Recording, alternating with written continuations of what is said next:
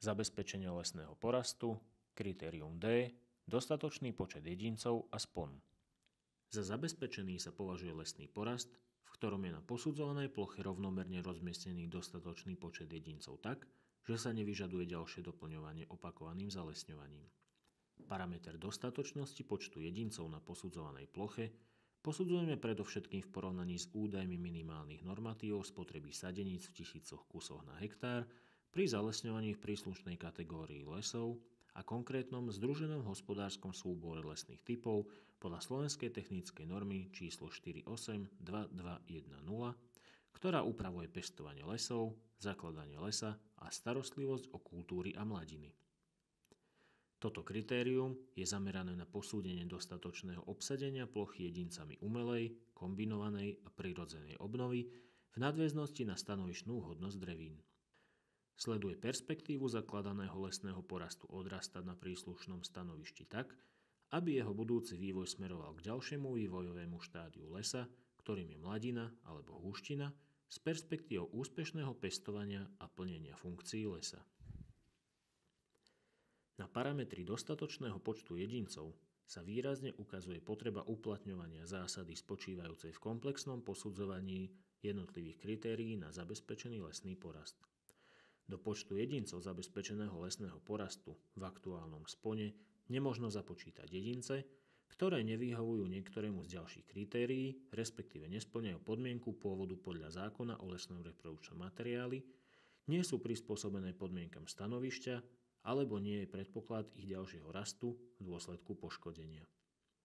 Naopak, pri zodpovedajúcich parametroch pôvodu, prispôsobenia sa stanovišťu, neevidovaní poškodenia brániaceho ďalšiemu vývoju jedincov, možno tolerovať sporadické výpadky sponu stanovišť nevhodných drevín, ktoré budú ďalším vývojom porastu skoro odstránené v plnom zápoji mladiny.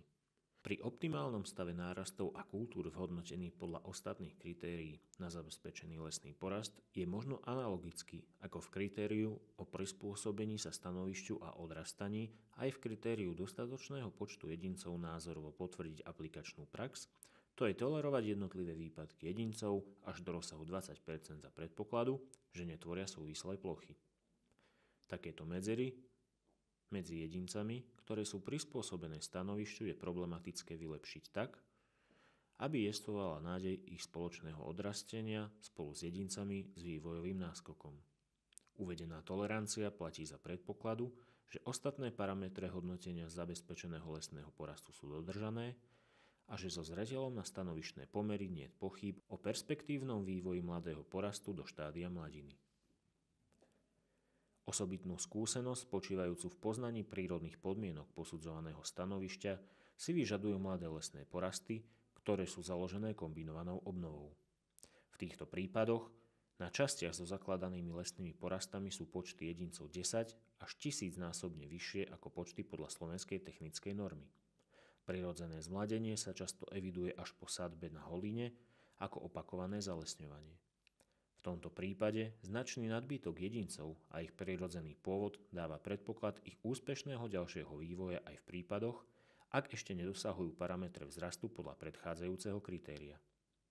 Nárasty často konkurujú burine, ich kompaktným zápojom už v tomto vývojom štádiu a prispôsobenie podmienkam stanovišťa vyplýva z ich pôvodu a viditeľne nepochybných podmienok vývoja. V tomto vývojom štádiu mladého lesného porastu možno vhodným pestovným opatrením ešte významnejšou mierou ovplyvniť drevinovú skladbu zakladaného lesného porastu.